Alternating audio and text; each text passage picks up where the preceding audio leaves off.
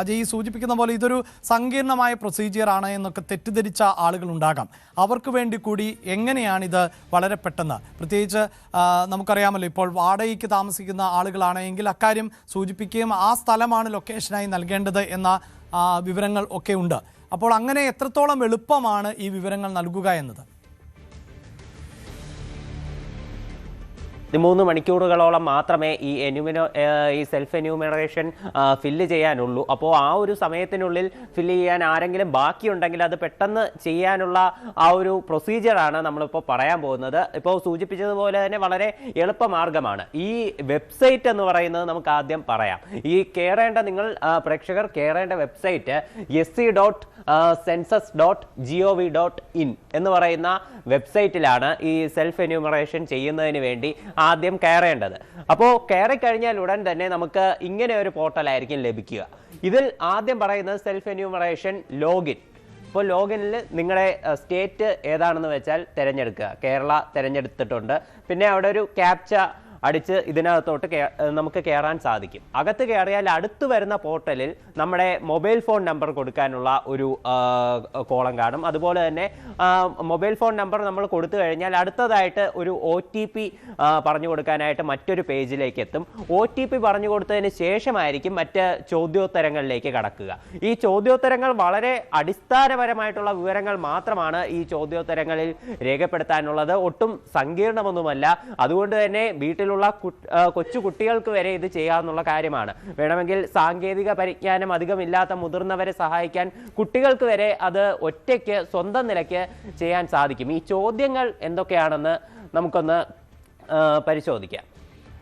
ചോദ്യങ്ങൾ എല്ലാ ഭാഷകളിലുമുണ്ട്, എല്ലാ പ്രാദേശിക ഭാഷകളിലും, പിന്നെ ഇംഗ്ലീഷിൽ ഉൾപ്പെടെ ഈ ചോദ്യങ്ങൾ ലഭ്യമാണ്. അതുകൊണ്ട് എല്ലാ വിഭാഗത്തിൽപ്പെട്ട ആളുകൾക്കും ഇത് പൂരിപ്പിക്കാവുന്നതേ ഉള്ളൂ. ഇതിൽ ആദ്യം കാണുന്ന ഇത്രയും സെക്ഷൻ നോക്കണ്ട. ഇത് നമ്മുടെ ലൈൻ നമ്പർ, പിന്നെ ബിൽഡിംഗ് നമ്പർ, പിന്നെ സെൻസസ് ഹൗസ് നമ്പർ തുടങ്ങിയിട്ടുള്ള വിവരങ്ങളാണ്. ഇതൊക്കെ ഉദ്യോഗസ്ഥർ നേരിട്ട് വീടുകളിലേക്ക് എത്തുമ്പോൾ അവർ പൂരിപ്പിക്കേണ്ടതാണ്. ഇനി അടുത്ത മാസം മുതലാണ് ഈ നേരിട്ട് വീടുകളിലെത്തിയുള്ള കണക്കെടുപ്പ് ആരംഭിക്കുന്നത്. ഇതിൽ നമുക്ക് ആദ്യഘട്ടത്തിൽ ചെയ്യാനുള്ള ഒരു കാര്യം, ഈ നമ്മുടെ മൊബൈൽ ഫോൺ നമ്പറിന്റെ OTP അടിച്ച് അടുത്ത പേജിലേക്ക് നമ്മൾ എത്തിയതിനു ശേഷം ചെയ്യേണ്ട ആദ്യത്തെ ഒരു കാര്യം നമ്മുടെ ജില്ല ഏതാണെന്ന് തിരഞ്ഞെടുക്കുക. അതുപോലെ നമ്മുടെ പിൻകോഡ് തിരഞ്ഞെടുക്കുക. പിൻകോഡ് തിരഞ്ഞെടുത്ത് കഴിഞ്ഞാൽ അടുത്തതായിട്ട് ഒരു മാപ്പ് നമുക്ക് മുമ്പിൽ ദൃശ്യമാകും. ആ മാപ്പിൽ നമ്മുടെ വീട് എവിടെയാണെന്നുള്ളത് കൃത്യമായിട്ട് മാർക്ക് ചെയ്ത് രേഖപ്പെടുത്തണം. ഈ മൊത്തം പ്രൊസീജിയറിൽ കുറച്ചെങ്കിലും ഒരു ബുദ്ധിമുട്ടുള്ള കാര്യം അത് മാത്രമാണ്. മാപ്പിനുള്ളിൽ നമ്മുടെ ജില്ല ഏതാണെന്ന് പറഞ്ഞാൽ അത് സൂം ചെയ്ത് ആ ജില്ലയിലേക്ക് എത്തി ആ ജില്ലയിൽ നമ്മുടെ വീട് എവിടെയാണോ ആ വീടിന്റെ സ്ഥാനത്തേക്ക് ഒരു എക്സാക്ട് നമ്മുടെ ഉദ്ദേശം വെച്ച്, നമ്മുടെ ജില്ലയിലെ സ്ഥലങ്ങളാവുമ്പോൾ നമുക്ക് കൃത്യമായിട്ട് അറിവുണ്ടാകുമല്ലോ, ആ സ്ഥലത്തേക്ക് എത്തി നമ്മുടെ വീട് കാണുന്ന ലൊക്കേഷനിലേക്ക് എക്സാക്ട് ആ പോയിന്റ് വയ്ക്കുക. അതിനുശേഷം മാർക്ക് ചെയ്തതിന് ശേഷം അടുത്ത പേജിലേക്ക് കടക്കാനാകും. അപ്പോൾ ഈ ഒരു പ്രൊസീജിയർ മാത്രമാണ് കുറച്ച് ബുദ്ധിമുട്ടുള്ളത്. പക്ഷേ ശ്രമിച്ചു കഴിഞ്ഞാൽ എല്ലാവർക്കും ചെയ്യാൻ സാധിക്കുന്നതാണ്. ഇനി അടുത്ത പ്രധാനപ്പെട്ട ചോദ്യങ്ങൾ എന്ന് പറയുന്നത് വീട് നിർമ്മിച്ചിട്ടുള്ളത് ഏത് മെറ്റീരിയൽസ്, അതുപോലെ തന്നെ വീടിന്റെ തറ, വാൾ തുടങ്ങിയിട്ടുള്ള കാര്യങ്ങളാണ്. വീടിന്റെ തറ ഏത് മെറ്റീരിയൽ ഉപയോഗിച്ചാണ് നിർമ്മിച്ചത് എന്നുള്ള ചോദ്യമാണ് ആദ്യത്തേത്. മണ്ണ് കൊണ്ടാണോ, തടി കൊണ്ടാണോ, അല്ലെങ്കിൽ ചുട്ട കല്ലുകൊണ്ടാണോ, കോൺക്രീറ്റ് കെട്ടിയതാണോ, അല്ലെങ്കിൽ ടൈൽസോ മൊസൈക്കോ അങ്ങനെ എന്തെങ്കിലും കെട്ടിയതാണോ, അങ്ങനെയുള്ള ചോദ്യങ്ങളുണ്ട്. പിന്നെ ഭിത്തി എന്തുകൊണ്ട് നിർമ്മിച്ചതാണ്, കോൺക്രീറ്റ് കൊണ്ടാണോ, അല്ലെങ്കിൽ മരത്തടി കൊണ്ടാണോ, അല്ലെങ്കിൽ മണ്ണ് കൊണ്ടാണോ, അങ്ങനെയുള്ള ചോദ്യങ്ങൾ. പിന്നെയുള്ള അടുത്ത ചോദ്യം എന്ന് പറയുന്നത് വീടിന്റെ മേൽക്കൂര എങ്ങനെ കെട്ടിയതാണെന്നുള്ളത്.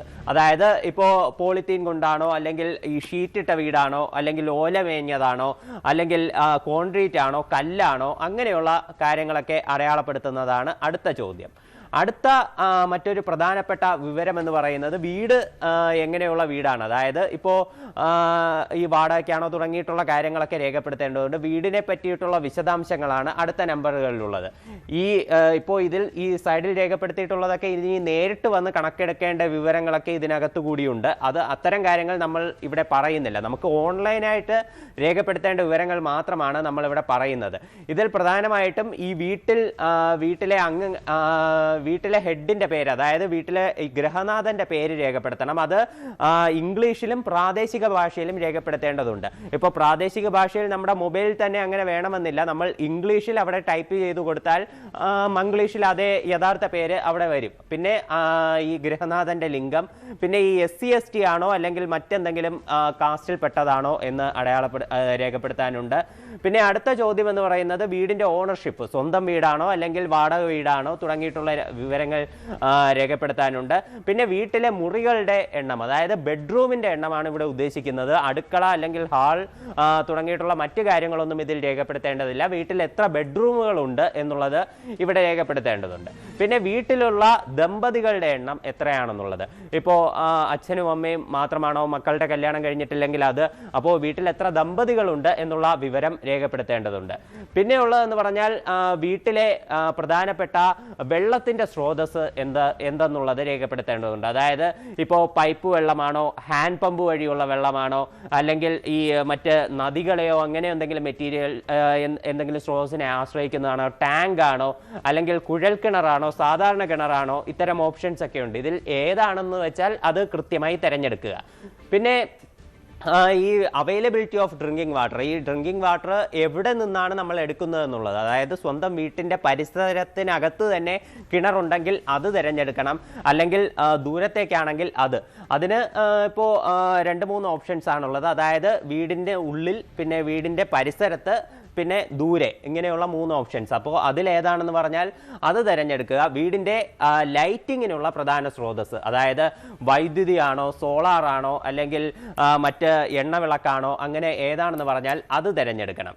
പിന്നെ ഈ വീട്ടിലുള്ള മറ്റ് ഈ LPG തുടങ്ങിയിട്ടുള്ള കാര്യങ്ങൾ, അതിൻ്റെ കാര്യമുണ്ട്. പിന്നെ ഈ ബാത്റൂമുമായി ബന്ധപ്പെട്ടിട്ടുള്ള വിവരങ്ങൾ രേഖപ്പെടുത്തേണ്ടതുണ്ട്. അതായത് വീട്ടിലെ ബാത്റൂം അത് നമ്മുടെ വീട്ടിലുള്ള കുടുംബാംഗങ്ങൾ മാത്രമാണോ ഉപയോഗിക്കുന്നത്, അല്ലെങ്കിൽ മറ്റാരെങ്കിലുമായിട്ട് പങ്കിട്ട് ഉപയോഗിക്കുന്നതാണോ, പൊതു ബാത്റൂമാണോ തുടങ്ങിയിട്ടുള്ള വിവരങ്ങളൊക്കെ രേഖപ്പെടുത്തേണ്ടതുണ്ട്. പിന്നെ വീട്ടിലുള്ള വേസ്റ്റ് വെള്ളത്തിൻ്റെ ഒരു ഫ്ലോ, അത് എങ്ങനെയാണ് വേസ്റ്റ് വെള്ളത്തിൻ്റെ ഒരു ഫ്ലോ നമ്മൾ ചെയ്യുന്നത്, അത് ഒരു അടച്ചിട്ട ഒരു ഡ്രൈനേജ് വഴിയാണോ, അല്ലെങ്കിൽ ഇത് അങ്ങനെയുള്ള കാര്യങ്ങളൊക്കെ രേഖപ്പെടുത്തേണ്ടതുണ്ട്. പിന്നെ ഈ ബാത്റൂമിൻ്റെ വിശദാംശങ്ങളും ഇതിനകത്ത് രേഖപ്പെടുത്തേണ്ടതുണ്ട്. അതായത് ഫ്ലഷ് പൈപ്പ് ലൈൻ വഴിയാണോ അത് വൃത്തിയാക്കേണ്ടത്, അല്ലെങ്കിൽ മറ്റെന്തെങ്കിലും വിവരമാണോ, ട്വിൻ പൈപ്പ് ലാട്രിൻ ആണോ, സിംഗിൾ പിറ്റ് ലാട്രിൻ ആണോ തുടങ്ങിയിട്ടുള്ള വിവരങ്ങളൊക്കെ ഇതിനകത്ത് രേഖപ്പെടുത്തേണ്ടതുണ്ട്. പിന്നെ ആ ഡ്രൈനേജിൻ്റെ വിവരങ്ങൾ, നേരത്തെ പറഞ്ഞ കാര്യങ്ങൾ, അതൊക്കെ ഇതിനകത്ത് രേഖപ്പെടുത്തേണ്ടതുണ്ട്. വീട്ടിലെ ബാത്റൂമിൻ്റെ എണ്ണം കൃത്യമായി കൊടുക്കണം. പിന്നെ വീട്ടിലെ ഗ്യാസ് കണക്ഷൻ, അത് എങ്ങനെയാണ്, LPG ആണോ അല്ലെങ്കിൽ മറ്റ് വിറകടുപ്പാണോ, അത് എന്താണെന്ന് പറഞ്ഞാൽ കൃത്യമായിട്ട് ഇവിടെ രേഖപ്പെടുത്തേണ്ടതുണ്ട്. വീട്ടിലെ കുക്കിങ്ങിൻ്റെ പ്രധാനപ്പെട്ട സ്രോതസ്, പിന്നെ കുക്കിങ്ങിന് ഉപയോഗിക്കുന്ന ഇന്ധനം ഏതാണ്, LPG ആണോ, ഇത്തരം കാര്യങ്ങൾ, കുക്കിംഗ് പിന്നെ എവിടെ വെച്ചാണ് ചെയ്യുന്നത് എന്നുള്ള കാര്യം കൂടി രേഖപ്പെടുത്തേണ്ടതുണ്ട്. അതായത് അടുക്കളയിൽ വെച്ചാണോ കുക്ക് ചെയ്യുന്നത്, വീട്ടിൽ അല്ലെങ്കിൽ മറ്റേതെങ്കിലും ഹാളിൽ വെച്ചാണോ കുക്ക് ചെയ്യുന്നത്, വീടിൻ്റെ പുറത്ത് വെച്ചാണോ കുക്ക് ചെയ്യുന്നത്, ഇത്തരം കാര്യങ്ങളൊക്കെ രേഖപ്പെടുത്തേണ്ടതുണ്ട്. പിന്നെ കുക്കിംഗ് ഗ്യാസിൻ്റെ കാര്യം, പിന്നെ റേഡിയോ അല്ലെങ്കിൽ ട്രാൻസിസ്റ്റർ അങ്ങനെ എന്തെങ്കിലും ഉപകരണങ്ങൾ വീട്ടിൽ ഉണ്ടെങ്കിൽ അവ എങ്ങനെയാണ് കേൾക്കുന്നത്, ഇത് എന്തെങ്കിലും ട്രഡീഷണൽ റേഡിയോ ഡിവൈസ് വെച്ചാണോ അത് കേൾക്കുന്നത്, അല്ലെങ്കിൽ മൊബൈൽ ഫോൺ വഴിയാണോ, സ്മാർട്ട് ഫോൺ വഴിയാണോ, അല്ലെങ്കിൽ മറ്റെന്തെങ്കിലും ഉപകരണങ്ങൾ വഴിയാണോ റേഡിയോ കേൾക്കുന്നത് എന്നുള്ള വിവരം ഇതിൽ രേഖപ്പെടുത്തേണ്ടതുണ്ട്. അല്ലെങ്കിൽ റേഡിയോ ഇല്ലെങ്കിൽ അത് അങ്ങനെയും രേഖപ്പെടുത്താം. പിന്നെ ടെലിവിഷൻ്റെ കാര്യം, ടെലിവിഷൻ വീട്ടിലുണ്ടോ, അല്ലെങ്കിൽ ഉണ്ടെങ്കിൽ ഇത് ദൂരദർശൻ ഫ്രീ ഡിഷാണോ, അല്ലെങ്കിൽ എന്തെങ്കിലും DTH ഡിഷ് കണക്ഷൻ ആണോ, അല്ലെങ്കിൽ കേബിൾ കണക്ഷൻ ആണോ, അല്ലെങ്കിൽ മറ്റെന്തെങ്കിലും ആണോ, അത്തരം വിവരങ്ങൾ രേഖപ്പെടുത്തേണ്ടതുണ്ട്. പിന്നെ ഇന്റർനെറ്റ് ആക്സസിനെ പറ്റിയിട്ടുള്ള വിവരം, ഇന്റർനെറ്റ് ആക്സസ് ഉണ്ടെങ്കിൽ ഏത് ഇന്റർനെറ്റ് ആക്സസ് നമ്മൾ ഏറ്റവും കൂടുതൽ ഉപയോഗിക്കുന്ന ഉപകരണമാണ് ഇവിടെ കൊടുക്കേണ്ടത്. ഇതിൽ പല ഓപ്ഷൻസ് ഉണ്ട്, laptop, computer, mobile phone, smart phone, അല്ലെങ്കിൽ മറ്റെന്തെങ്കിലും ഡിവൈസ്. ചിലപ്പോൾ ഇതിൽ ഒന്നിൽ കൂടുതൽ ഡിവൈസസ് നമ്മുടെ വീട്ടിലുണ്ടാകും, പക്ഷേ അതിൽ ഏറ്റവും കൂടുതൽ ഇന്റർനെറ്റ് ഉപയോഗിക്കുന്ന ഡിവൈസ് ആണ് ഇവിടെ രേഖപ്പെടുത്തേണ്ടത്. പിന്നെ ലാപ്ടോപ്പോ കമ്പ്യൂട്ടറോ വീട്ടിലുണ്ടോ എന്നുള്ള കാര്യം രേഖപ്പെടുത്തേണ്ടതുണ്ട്. പിന്നെ മൊബൈൽ ഫോണോ സ്മാർട്ട് ഫോണോ അല്ലെങ്കിൽ ലാൻഡ് ലൈനോ എന്താണ് വീട്ടിലുള്ളത് എന്ന് പറഞ്ഞാൽ അത് രേഖപ്പെടുത്തണം. ഒന്നുകിൽ ഉള്ളത് ഏതാണോ അത് രേഖപ്പെടുത്തണം. രണ്ടുമുണ്ടെങ്കിൽ ബോത്ത് ഓഫ് ദം എന്ന് പറഞ്ഞിട്ടുള്ള ഓപ്ഷൻ ഉണ്ട്. അങ്ങനെയാണെങ്കിൽ രണ്ടും കൊടുക്കണം. പിന്നെ വീട്ടിലുള്ള വാഹനങ്ങളുടെ എണ്ണം, കൃത്യമായിട്ടുള്ള വാഹനങ്ങളുടെ എണ്ണം ഇതിൽ കൊടുക്കണം. അതായത് വീട്ടിൽ ഇപ്പോൾ ബൈക്കാണോ ഉള്ളത് അല്ലെങ്കിൽ സൈക്കിളാണോ ഉള്ളത് തുടങ്ങിയിട്ടുള്ള വിവരങ്ങൾ കൊടുക്കേണ്ടതുണ്ട്. രണ്ടുമുണ്ടെങ്കിൽ രണ്ടുമുണ്ടെന്ന് കൊടുക്കണം. പിന്നെ കാറ്, ജീപ്പ്, വാൻ തുടങ്ങിയിട്ടുള്ള എന്തെങ്കിലും വാഹനങ്ങൾ വീട്ടിലുണ്ടോ, ഉണ്ടെങ്കിൽ ഉണ്ട് എന്നുള്ള ഓപ്ഷൻ കൊടുക്കണം. പിന്നെ മൊത്തത്തിലുള്ള ഈ വീട്ടിലുള്ള പ്രധാനപ്പെട്ട ഈ ഒരു അരിക്കായിട്ട്, അതായത് ഭക്ഷണത്തിനായി ഉപയോഗിക്കുന്ന ധാന്യം ഏതാണ് എന്നുള്ളത് കൃത്യമായി തിരഞ്ഞെടുക്കണം. അതായത് അരിയാണോ അല്ലെങ്കിൽ വീറ്റാണോ, ജോവറാണോ, ബജ്രയാണോ, മൈസ അല്ലെങ്കിൽ മറ്റെന്തെങ്കിലും. അപ്പോൾ അത്തരം വിവരങ്ങളെല്ലാം ഇതിൽ കൊടുക്കേണ്ടതുണ്ട്. ഈ ചോദ്യങ്ങൾക്കെല്ലാം കൃത്യമായി ഉത്തരം നൽകിയതിന് ശേഷം, അതായത് നമ്മുടെ മൊബൈൽ ഫോണിന്റെ കമ്മ്യൂണിക്കേഷന് വേണ്ടിയിട്ടുള്ള മൊബൈൽ ഫോൺ നമ്പറും അവസാനം കൊടുക്കണം. എല്ലാ വിവരങ്ങളും നമ്മൾ കൊടുത്തതിന് ശേഷം അവസാനം ഈ നമ്മൾ കൊടുത്ത വിവരങ്ങളെല്ലാം വീണ്ടും നമുക്ക് മുന്നിൽ തെളിയും. അതെല്ലാം ശരിയാണോ എന്ന് ഒന്നുകൂടി വായിച്ച് ഉറപ്പിച്ചതിന് ശേഷം മാത്രമേ ഫൈനൽ സബ്മിറ്റ് കൊടുക്കാവൂ.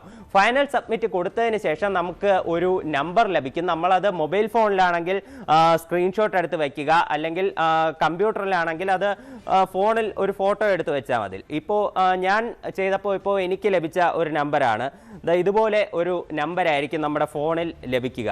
ഈ എന്യൂമറേഷൻ ID എന്ന് പറയുന്ന ഒരു നമ്പർ ഇതുപോലെ നമുക്ക് ലഭിക്കും. ഇത് മൊബൈൽ ഫോണിലാണെങ്കിൽ നേരത്തെ പറഞ്ഞ പോലെ സ്ക്രീൻഷോട്ട് എടുക്കുക, കമ്പ്യൂട്ടറിലാണെങ്കിൽ ഒരു ഫോട്ടോ എടുത്ത് വെക്കുക. ഈ നമ്പർ പ്രധാനമാണ്. നമ്മുടെ വീടുകളിൽ അടുത്ത മാസം മുതൽ കണക്കെടുപ്പിന് വരുന്ന ഉദ്യോഗസ്ഥർക്ക് കൃത്യമായി ഈ നമ്പർ പറഞ്ഞു കൊടുക്കണം. അങ്ങനെ പറഞ്ഞു കൊടുത്താൽ മാത്രമേ നമ്മൾ സെൽഫ് എന്യൂമറേഷൻ ചെയ്ത വിവരങ്ങൾ അവർക്ക് ലഭ്യമാവുകയുള്ളൂ. അല്ലെങ്കിൽ അവർക്ക് ഒന്നുകൂടി ആ പ്രൊസീജിയർ ചെയ്യേണ്ടി വരും. ഇപ്പോൾ നിങ്ങൾ ഇത് ചെയ്തതുകൊണ്ട് മാത്രം കാര്യമില്ല, ഈ നമ്പർ കൃത്യമായി നോട്ട് ചെയ്ത് വെക്കേണ്ടതുണ്ട്. ഈ നമ്പർ നോട്ട് ചെയ്ത് വെച്ചില്ലെങ്കിൽ നിങ്ങൾ ചെയ്തതെല്ലാം പാഴായി പോകും. അപ്പോൾ ഇത്തരം കാര്യങ്ങളാണ് ഇവിടെ പ്രധാനമായിട്ടും ചെയ്യേണ്ടത്. ഇപ്പോൾ നമ്മൾ സൂചിപ്പിച്ചതുപോലെ തന്നെ വളരെ സിമ്പിൾ ആയിട്ടുള്ള പ്രൊസീജിയറാണ് ഇവയെല്ലാം. തീർച്ചയായും, അതായത് ലളിതമായി ചെയ്യാവുന്ന ഒന്നാണ്. പ്രേക്ഷകരോട് ആവർത്തിക്കേണ്ടത്, ഇത് ഏതെങ്കിലും തരത്തിലുള്ള നമ്മുടെ സാമ്പത്തികാവസ്ഥയെ സംബന്ധിച്ച കണക്കെടുപ്പോ അങ്ങനെയുള്ള ഒരു രഹസ്യമായ അന്വേഷണമോ അല്ല, മറിച്ച് നമ്മുടെ സാമൂഹിക അവസ്ഥ എന്താണ്, അടിസ്ഥാനപരമായി എത്രത്തോളം സൗകര്യങ്ങൾ നമുക്ക് ലഭിക്കുന്നുണ്ട് എന്നത് സംബന്ധിച്ച് സർക്കാരിന് ഇനി മുന്നോട്ട് പോക്കിന് അതിനെ ആസ്പദമാക്കിക്കൊണ്ടുള്ള വികസന പ്രവർത്തനങ്ങൾ തയ്യാറാക്കുന്നതിന് വേണ്ടിയുള്ള ഏറ്റവും പ്രധാനപ്പെട്ട ഒന്നാണ് സെൻസസ്. അതിനോട് പൂർണ്ണമായും എല്ലാവരും സഹകരിക്കുക. കൂടുതൽ വാർത്തകൾക്ക് news 18 Keralam YouTube channel subscribe ചെയ്യുക.